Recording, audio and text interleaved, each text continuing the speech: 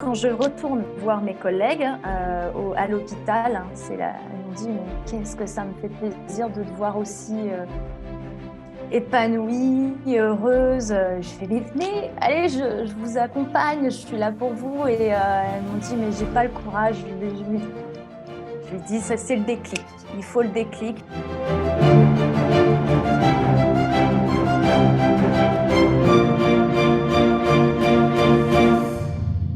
Bonjour les amis, bienvenue dans Tinalagui, le podcast.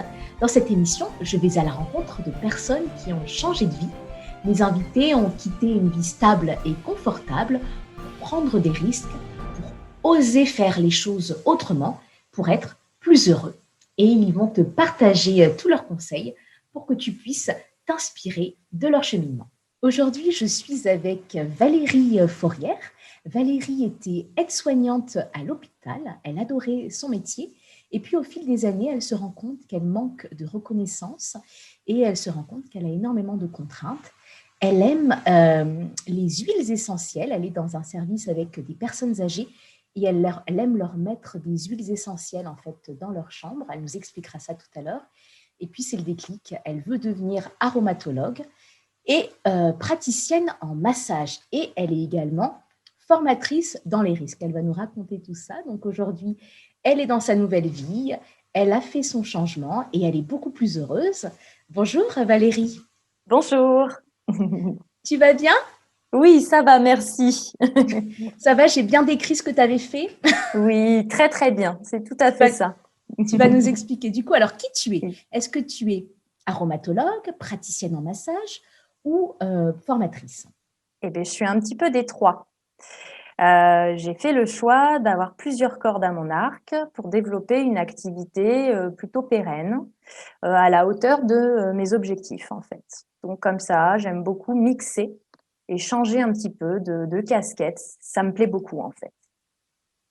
D'accord, donc du coup, tu es aussi bien praticienne en massage que aromatologue, que formatrice. C'est ça, exactement. Et c'est quoi qui assemble en fait ces trois activités? C'est une Alors en volonté fait, d'aider? oui, c'est une volonté d'aider et c'est surtout, permettre, à l'autre d'éviter de se rendre malade, de vivre le mal-être. Donc en fait, même dans le milieu professionnel où je fais de la formation, je fais un peu la promotion de la prévention, comment, gérer, les petits problèmes de stress, au travail avec le bien-être. Voilà. D'accord. Alors, on va parler un peu de ce déclic. Donc, du coup, tu es mariée, tu es maman de 2 enfants Oui. et tu étais aide-soignante pendant pas mal d'années. Et qu'est-ce qui s'est passé? Pourtant, c'était un métier que tu aimais. Oui. Et qu'est-ce qui fait qu'en fait, tu décides de changer de vie? Eh bien, en fait, au fil des années, je me suis rendu compte qu'en fait, la cadence était de plus en plus intense. J'étais avec une excellente équipe, et même, que ce soit d'encadrement ou, l'équipe, avec mes consoeurs, infirmières et aides-soignantes, le ménage, tout le monde. Mais, je commençais à être fatiguée de travailler les week-ends, de fêter Noël avec elles plutôt qu'avec ma famille ou le nouvel an ou, mes anniversaires. Donc, en fait, j'avais vraiment besoin de favoriser aussi, l'attachement familial et tout en m'épanouissant. Alors que là, c'est vrai qu'on commençait à ne plus avoir, prodigué des soins ou de l'assistanat en fait, de façon assez qualitative. Il fallait aller vite, de plus en plus vite et il fallait, toujours, générer, de l'activité pour sauver l'hôpital. C'était un petit peu ça qui me gênait et j'avais besoin vraiment de développer ça et c'est venu, par, les huiles essentielles pour plein de raisons, les odeurs, pourquoi elles nous plaisent. Quand on fait un pansement qui était très odorant, je mettais quelques gouttes dans ma poche pour donner un peu d'énergie et que ce soit plus agréable, moins désagréable et pour le patient et pour nous. Voilà, D'accord, donc c'était vraiment dans le bien-être du patient c'est ça. que tu as Et de découvert ça. Et l'environnement, hein. Ouais, et de l'environnement finalement parce que ça a découlé que les collègues au départ étaient pas très attirés par ces petites bouteilles et puis au fil du temps, ça c'est venu. Je les ai apprivoisées, progressivement à cette technique-là, sans les forcer. Déjà rien qu'avec les odeurs des huiles essentielles, c'était très important, ouais. les personnes âgées, justement, dans ton service, tu sentais qu'elles appréciaient aussi ce soin Oui. Oui, complètement. J'ai une facette assez proche, tout ce qui est en lien, comme c'était la gériatrie, une médecine gériatrique, donc les gens venaient dans un état de santé assez dégradé et malheureusement, le risque de décès était présent. Et en fait, sans savoir quoi faire, hein, sans aucune formation, parce qu'au début de ce cheminement, il y avait rien, eh bien, je rendais acteur, dans le contexte de la fin de vie, les familles, hein, qui étaient en train de perdre leurs aïeux, leurs parents. Et je leur donnais de l'huile de massage et on massait les mains, on massait les pieds. En fait, ils étaient moins dans la peine, plus dans l'action. Et ça m'a fait vraiment tilt. J'ai dit, c'est ça qui correspond un peu à rendre un peu de douceur dans ce monde de brut. Et donc, j'ai développé un projet, hein, carrément, de l'aromathérapie à l'hôpital, qui n'a pas pu se réaliser à ce moment-là, parce qu'il y a eu beaucoup de changements de direction, mais qui était très, très intéressant pour eux et je pense qu'ils vont le faire là au fil des années. On va y arriver. Et alors, qu'est-ce qui s'est passé? Pourquoi tu t'es dit je quitte mon métier? Parce que tu étais fonctionnaire, hein, Oui. donc Mmh. la fonction publique hospitalière. Oui. Et qu'est-ce qui fait? Parce que bon, on va dire que c'est pas courant de quitter en fait un poste quand on sait qu'on a un contrat à vie, on va dire. Oui. Qu'est-ce qui a fait que toi, tu t'es dit, bon, bah, je m'en vais et je vais faire autre chose? Alors, c'est le soutien de mon mari, déjà et on a fait le choix de vivre, plus confortablement en termes de présence dans la famille, c'est-à-dire, les liens familiaux, d'être plus souvent présente pour mes enfants et moi, présente pour moi-même aussi, d'être un peu plus, et en fait, j'ai fait le choix du coup de passer à un salaire, convenable à presque à un salaire en dessous du SMIC, pour ainsi dire, tout au départ de mon activité. En fait, je me suis préparée progressivement. J'ai dit non, je m'en vais parce que tant pis, je perds en confort financier, mais pas tant que ça finalement, parce que le confort familial, voilà. Mais j'avais le soutien de mon mari, que ce soit financier et moral, hein. En fait, il m'a dit: «Je te soutiens, je suis avec toi.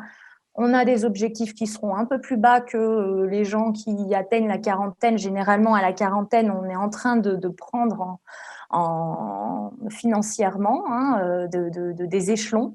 Et il a dit non, on fera autrement. Et puis, donc, c'est comme ça. Il y a eu ce chemin, mais je l'ai fait progressivement, hein. Je me suis formée au fil des années. Tout le monde était au courant, tout le monde c'était transparent.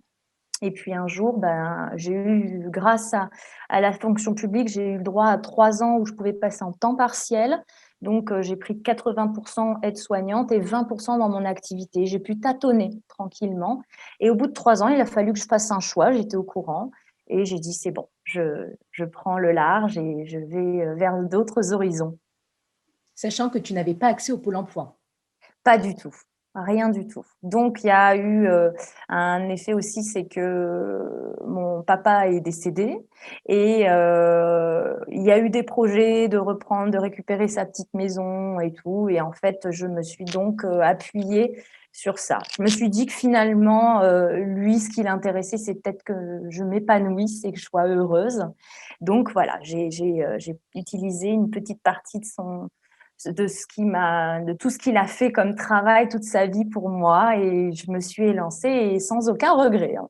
Parle-moi un peu de cette envie de quitter en fait ton métier et de te dire que l'argent finalement n'allait pas être la clé. C'est vrai que pour une femme, quand on a un travail, on est indépendante, comment tu fais le choix, justement, avant d'atteindre même tes 40 ans, comment tu fais le choix de te dire, ben, finalement, c'est pas l'argent qui va être la priorité, je vais quand même être indépendante, mais je vais quand même dépendre de mon mari. Enfin, voilà, comment Mmh. expliquer ce choix qui peut Mmh. finalement être considéré par une personne quelconque, hein, les personnes qui nous écoutent, comme un choix où un peu à l'ancienne, on Mmh. dépend du mari, et ce qui n'est pas le cas. C'est pour ça que tu vas Mmh. m'expliquer un petit peu Mmh. ce choix. En fait, les dernières années qui ont précédé mon départ, mon mari m'a vue et a constaté, cette perte de joie de vivre. Donc il y avait mes enfants qui étaient encore, assez petits. J'ai attendu que mes enfants, gagnent un tout petit peu en autonomie quand même, pour, partir, qu'il y ait plus de frais de nourrice et compagnie. J'ai pris le temps. Mais mon mari, en fait, s'est rendu compte que j'étais en train de m'éteindre, que je perdais de lumière, ce qui n'était pas du tout mon état d'esprit de base. Et donc, à un moment donné, il m'a dit, moi, je veux te voir épanouie. Donc, ça a été vraiment un acte d'amour pour lui de dire ça. Tu prends le temps qu'il faut, je gère. Bon, c'était important que moi, j'amène aussi un peu d'argent dans le foyer familial, mais c'était pas lui, ça l'importait pas. Il voulait pas de moi comme une femme au foyer, c'était clair et net. Hein. Je ne suis pas là, là je travaille aujourd'hui, je vais pas faire le ménage à fond, je vais vraiment travailler, me concentrer sur mon travail. Donc là-dessus, on est bien au clair. C'est pas, en fait, on n'a pas vu ça comme une vision un peu réductrice de la femme indépendante au foyer, mais aussi indépendante. Ça, c'est quelque chose où il ne faut pas tomber dans ce piège-là, où en fait on est à la maison, donc on va commencer à s'éparpiller dans tout ce qu'il y a à faire dans cette maison. Et en fait, le bien-être est passé devant tout. Et c'est pour ça aussi, d'ailleurs, que je suis partie dans le bien-être, dans le domaine du bien-être, parce qu'il fallait vraiment que je prenne soin de moi, pour bien prendre soin de moi. Ensuite, donner des belles énergies aux autres. C'était hyper indispensable. On ne va pas partir dans ce domaine. Il m'accompagne là-dessus. Et là, il voit une femme épanouie, qui prend du plaisir. Je me souviens, à l'hôpital, je faisais mes 7h36. À 14h20 pile poil, je partais pour signer et je partais chez moi, qu'une envie, je partais chez moi. Là, il y a des fois, je fais des journées de 12-14 heures parce que j'ai des événements dans des châteaux de bien-être et compagnie, mais je vois pas les heures passer et je me dis pas, oh là là, vivement que ça s'arrête. Non, non, au contraire. Et lui, il m'embête pas là-dessus en disant, bon, quand est-ce que tu arrives? Non. Il sait que je prends mon pied, que je prends beaucoup de plaisir et que c'est par période. Il y a des périodes plus calmes. Là, avec ce confinement, il y a eu des périodes plus calmes où je me suis concentrée à d'autres choses. Et en fait, c'est comme ça qu'on a vu les choses. Mais c'était hyper important. Je me suis sauvée. C'est vraiment sauvée. Sauver mon essence de vie était en péril. Il fallait que... J'étais pas en burn-out, mais j'étais pas très bien. Et je me suis dit, passe à l'action. Alors oui, je suis sortie d'une zone de confort non négligeable, la sécurité de l'emploi, un salaire, une prime, alors pas une prime extraordinaire, mais tous les 6 mois, enfin, ou d'années, voilà, des RTT et compagnie. Non, non. Effectivement, j'ai quitté tout ça. On m'a dit, mais t'as pas peur, Valérie, quoi? Mais si, j'ai peur. Mais justement, la peur, ça me nourrit à me protéger, à réfléchir et puis, bah, si je fais des bêtises, je vais réparer. Je suis toute seule, donc c'est à moi de gérer tout ça. Et ça marche très, très bien. Donc voilà, donc c'est super parce que tu as vraiment expliqué cette nouvelle façon de vivre, trouver son bien-être autrement et Oui, pas uniquement dans l'argent et le fait que la réussite n'est pas uniquement une réussite financière. On n'est voilà. pas le bonheur, en fait, ce qu'on on cherche, ou la quête de sens n'est pas uniquement Mmh. une quête de sens où il faut s'épanouir de manière financière. On peut s'épanouir Mmh. finalement autrement. Et c'est ça qui Mmh. est super avec ton parcours. Mais oui, d'ailleurs, quand je retourne voir mes collègues à l'hôpital, hein, ils m'ont dit, mais qu'est-ce que ça me fait plaisir de te voir aussi épanouie, heureuse. Je fais, mais venez, allez, je vous accompagne, je suis là pour vous. Et elles m'ont dit, mais j'ai pas le courage. Je lui dis, ça, c'est le déclic. Il faut le déclic. Et une fois qu'il est là, petit à petit. Une fois, j'ai un ami, je lui mets une photo magnifique de notre parc sur l'hôpital où il y avait un brouillard avec un lever de soleil. Je fais, tu vois là, c'est un peu mon état d'esprit. Je sais pas où je vais. Il me dit, fais un pas et à chaque fois que tu feras un pas, tu verras toujours un peu plus loin. Et j'ai trouvé ça tellement génial. C'était il y a 4 ans et je l'ai gardé et je me dis que parfois je suis dans le brouillard, mais j'avance petit à petit, sans foncer et ça s'éclaircit quand même. Donc c'est bien comme ça. Et qu'est-ce que tu donnes justement comme conseil aux personnes qui, justement, les personnes dont tu parlais, tes collègues, tes anciens collègues qui n'osent pas, qui se disent que j'ai pas le courage? Comment trouver ce courage? Comment se dire que c'est possible? Surtout quand on quitte un milieu, en fait, aussi confortable, on va dire, hein, que la Mm. fonction publique, où voilà, c'est difficile quand on est dans un milieu déjà hyper sécurisé de se Mm. dire, OK, on sort de ça. C'est pas de le faire toute seule. Faut s'entourer, faut progressivement se questionner. C'est pas de se dire: «Allez, j'ouvre juste, je m'immatricule, dans une entreprise et j'y vais». Non, c'est se préparer petit à petit. Moi, ça a mis plusieurs années, hein, donc c'est les filles me croyaient pas quand j'ai annoncé mon départ. Elles me disent: «Oui, ça fait des années que tu nous en parles, mais en fait, tu vois rien, tu feras pas». Et ben si, c'est de s'accompagner, c'est pas se sentir seul. Le réseau, que ce soit d'amitié ou le réseau professionnel, ça aide. Alors, on va parler de cette nouvelle vie. Quelles sont un peu les difficultés que tu as rencontrées, les galères que tu n'avais pas anticipées? Alors les difficultés, c'est la communication. Comment, communiquer, comment se rendre visible. Ça, c'est une difficulté du quotidien. C'est hyper important, mais en même temps, je déteste être intrusive. C'est-à-dire que alors j'ai plein de confrères, consoeurs qui le font très bien tous les jours, ils font un live, ils vendent leurs produits, ça marche super bien. Ça me représente pas. Et ça a été une difficulté, c'est la marque personnelle, ce qu'on appelle, c'est représenter son entreprise, vraiment être le reflet de son entreprise. Je suis pas quelqu'un qui fonce, qui est toujours dans la répétition, et pourtant ça marche. Donc j'ai fait le choix de faire un peu plus l'escargot, mais ça marche plutôt bien. Le bouche à oreille, ça marche super bien, mais pour que le bouche à oreille fonctionne, bah, il faut petit à petit avoir quelques clients qui vont conseiller à d'autres. Et donc, c'est s'associer avec d'autres partenaires, se rendre visible. Voilà. Bêtement, voilà, à Noël, j'ai fait un calendrier de l'Avent aroma, vraiment avec des huiles essentielles. Se rendre visible avec d'autres partenaires en jeu concours. Mais ça, la communication, c'est important. J'ai fait du coup une formation.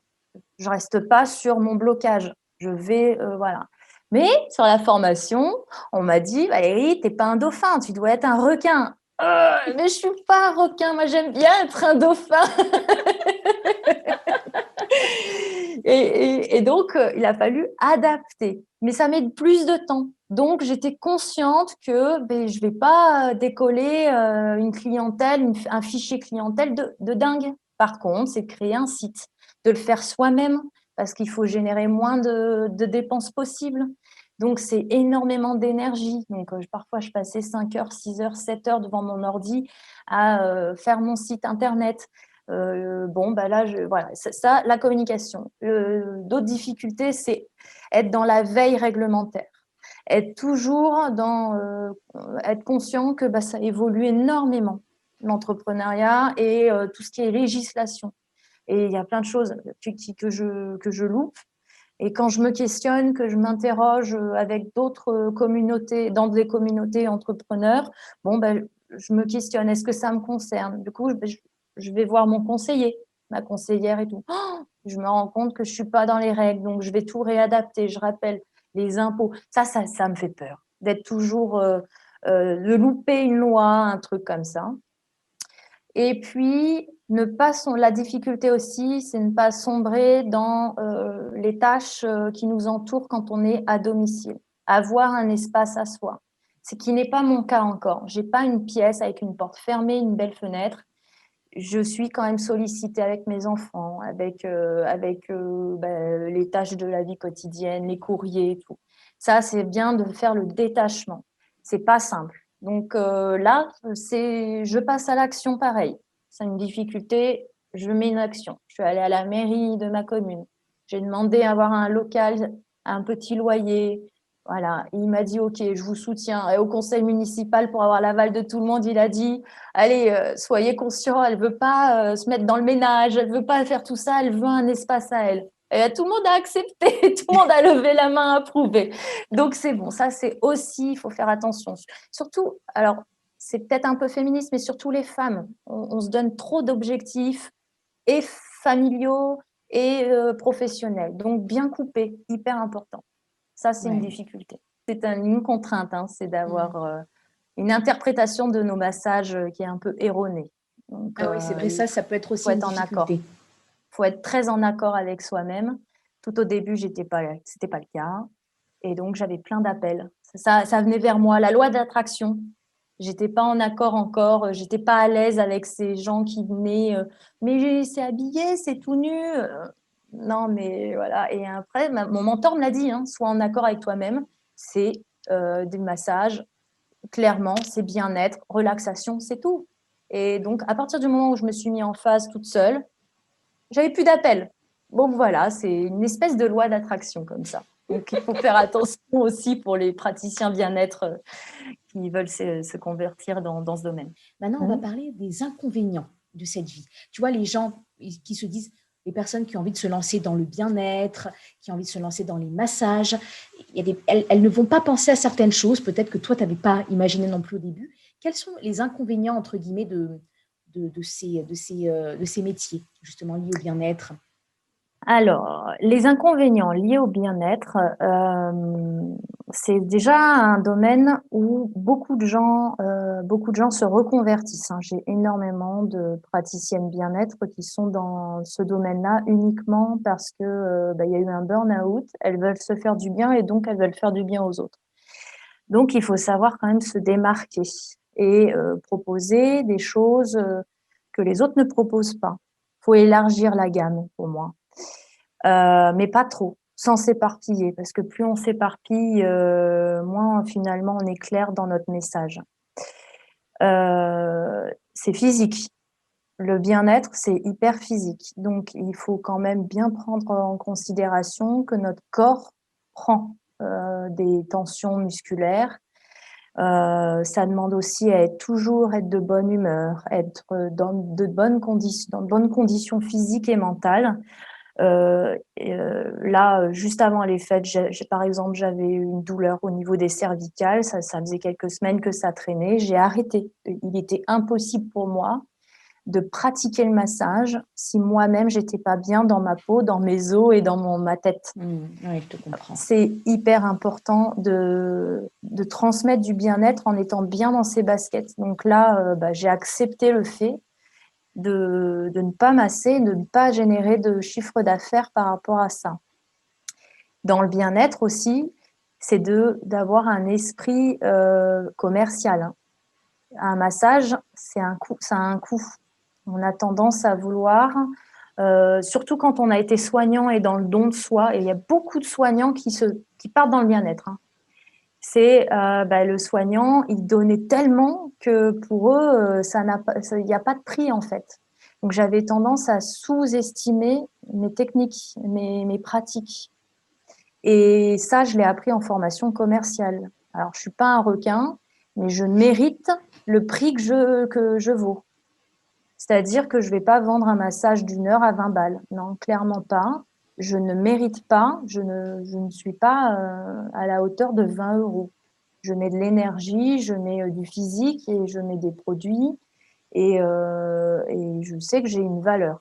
C'est toujours la marque personnelle, hein, c'est de savoir qu'on est dans ce qu'on vaut. Et ça, c'est très problématique dans le domaine. Je le dis aux filles, hein, je dis vous méritez plus, vous ne vous bradez pas.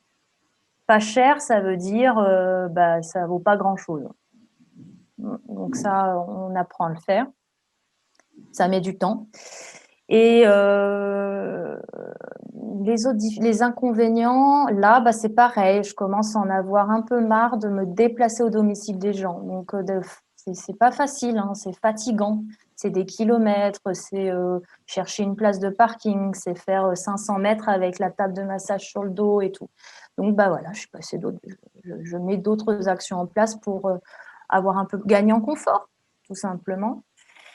Et puis le bien-être tout seul, je pense qu'il faut pas. Après ça, c'est ma vérité, hein, ce n'est pas la vérité de tout le monde, mais je pense qu'il faut avoir plusieurs cordes à son arc. C'est bien d'être dans le bien-être, mais c'est pas mal d'avoir une autre spécialité. Et surtout là, avec les virus qui traînaient et compagnie, on était un peu dans la difficulté pour pratiquer. Les fonds de solidarité, c'est bien, mais ça marche pas à tous les coups. Donc, j'étais bien contente d'avoir une compétence autre et d'avoir bien préparé. Qu'est-ce que tu aimes dans cette nouvelle vie? Alors, le premier avantage, c'est que je ne subis plus. C'est-à-dire que j'ai l'impression que tout ce qui s'est passé ces derniers mois, Je l'accueille, je l'accepte. Donc, j'ai gagné en fait en une espèce de philosophie de vie. Le deuxième avantage, donc, c'est la vie de famille. Et le troisième, qui n'est pas du tout négligeable, c'est que je choisis de travailler ou pas, au rythme que je veux en tout cas. Donc, il peut y avoir 3 week-ends d'un coup, je travaille non-stop. Du coup, j'accepte de prendre une journée ou deux de repos dans le week-end, dans la semaine. Et même si tout le monde travaille et tout le monde est actif, voilà, j'ai travaillé ce week-end. L'avantage aussi, c'est qu'en tant qu'auto-entrepreneur ou entrepreneur tout court, on cotise quand même à des caisses spécifiques pour des financements de formation. Donc, je peux continuer d'évoluer. Je ne stagne pas. Donc, j'ai la première année et la deuxième année, j'ai fait une petite formation de recyclage pour mes formations de formateurs. Mais j'avais rien fait de plus parce que bon, j'étais dans le lancement, donc il fallait y aller. Mais là, ça y est, depuis cette année, l'année prochaine, je continue à me former, à développer d'autres compétences, à m'épanouir dans l'apprentissage, parce que j'étais pas quelqu'un de scolaire, hein, c'est hyper important. Moi, j'étais pas une enfant excellente dans la performance. Donc au début, je commençais à flipper de me dire réapprendre l'apprentissage, la pédagogie. Et finalement, l'apprentissage adulte est très intéressant. Je me mets la pression encore, hein, parce que je veux y arriver. Mais c'est l'avantage d'apprendre de nouvelles choses. Qu'est-ce que tu as appris en fait dans tout ton parcours? Parce que tu t'es lancée en 2019. Hein, tu t'es lancée quand tu as ouvert ton entreprise, c'était en 2019, c'est ça, hein? 2017. 2017, J'ai quitté l'hôpital, donc un chiffre très fluctuant et assez bas. 2018, voilà, je suis montée tranquillement. 2019, là, c'était… De toute façon, on dit 3 ans hein, pour une création d'entreprise, c'était ça. Donc, j'entrais dans la 3e année. Donc, voilà. Ce que j'ai appris de ce que La moralité de tout ça, c'est que j'ai acquis beaucoup de joie. Et pourtant, il y a un Covid qui est passé par là. Hein. Beaucoup de joie, de belles rencontres. Tout était dans le côté très lumière, très agréable. Je vis dans le plaisir, sans être dans l'abondance. Mais l'abondance de l'amitié, de l'amour, pour moi, c'est la plus belle des victoires, quoi. Et je reste toujours dans le discours où ça marche plus et que je dois reprendre une activité salariée et je la reprendrai. Advienne que pourra, je le ferai. Je m'adapte. Un jour, j'en aurai peut-être marre de toujours être… faut relancer la machine régulièrement. Je serais peut-être fatiguée de tout ça. Rien ne me dit que je repartirai dans une autre activité ou de créer une autre entreprise dans un tout autre domaine d'application du moment que moi, je prenne du plaisir. Je suis pas là, je vis pas pour travailler, je vis pour prendre du plaisir. C'est ça. Oui, c'est ce que tu disais d'ailleurs dans le tout début de cet entretien. Tu disais que depuis que tu as changé, les heures, tu ne les vois pas passer. Et je pense que ça résume ton état d'esprit. C'est que quand on ne voit plus les heures passer, c'est qu'on est vraiment aligné. On est en symbiose avec ce qu'on fait. Oui, c'est ça. Exactement. Ça n'empêche pas qu'on se questionne, qu'on se remette en question, que ce soit parfois désagréable, mais c'est nécessaire. Donc, on ne peut pas être toujours sur un petit nuage en permanence. Pour être sur le petit nuage, parfois, il faut sortir les rames. Hein. Ce dont tu es fière, tu me disais, c'était cette capacité à finalement oser ce que tu as fait, ce que tu t'es dit, à te faire confiance peut-être? Oui. À me faire un petit peu confiance, parce que c'était dur. Hein. Ça n'était pas comme ça, ouais, allez, c'est bon, j'y vais les mains dans les poches. Non, c'est, allez, je vais y arriver. Je vais y arriver, ça va pas être facile. Il faut être conscient, hein. C'est comme quand on a un enfant, on se dit, oh là là, ça va, les nuits et tout, mais on n'a pas conscience, un dixième de seconde, que ça va être aussi difficile. Hein. C'est une gestation, hein, la création d'une entreprise. Il faut que ça prenne le temps, que ça grandisse en nous, dans nos têtes, dans toutes nos cellules de notre corps, pour ensuite la délivrer, la mettre au monde et ensuite la faire grandir. Parce qu'une fois que c'est mis au monde, ok, hein, mais il faut le faire grandir, hein, faut le nourrir, faut faut en prendre soin. C'est un bébé. C'est mon 3e enfant, cette entreprise. Vraiment. Eh ben, écoute, ça sera peut-être le mot de la fin. Je te remercie Oui. énormément, Valérie. Ça m'a fait Merci. plaisir d'avoir cette discussion avec toi, de partager en fait ta nouvelle vie et tous tes conseils, tous les conseils que tu as pu donner, je pense, ont été super utiles justement sur les difficultés, comment se lancer quand on est fonctionnaire. Tu expliquais d'ailleurs que tu es toujours tu es en disponibilité toujours, c'est ça? C'est ça, oui. Ça veut dire ça dure combien de temps cette disponibilité? Ça dure Alors maintenant, c'est 1 an renouvelable 6 ans, 6 fois. D'accord. Avant, D'accord. c'était 10 fois, mais je crois que là, la législation est passée à 6. Donc, je peux tous les ans, il faut que je fasse une lettre pour renouveler ma demande de dispo. Et donc, c'est quand même rassurant pour les fonctionnaires de se dire qu'on n'est pas sans rien, que si ça ne marche pas, on peut retourner de là où on vient. Alors, pas forcément dans le service. Moi, c'est toute une famille d'hôpitaux, hein, c'est les hôpitaux de Paris. Donc, j'aurais pu tout à fait me retrouver au fin fond de Paris, mais j'avais quand même cette sécurité-là, de me dire que je pouvais retrouver une activité salariée quelque part.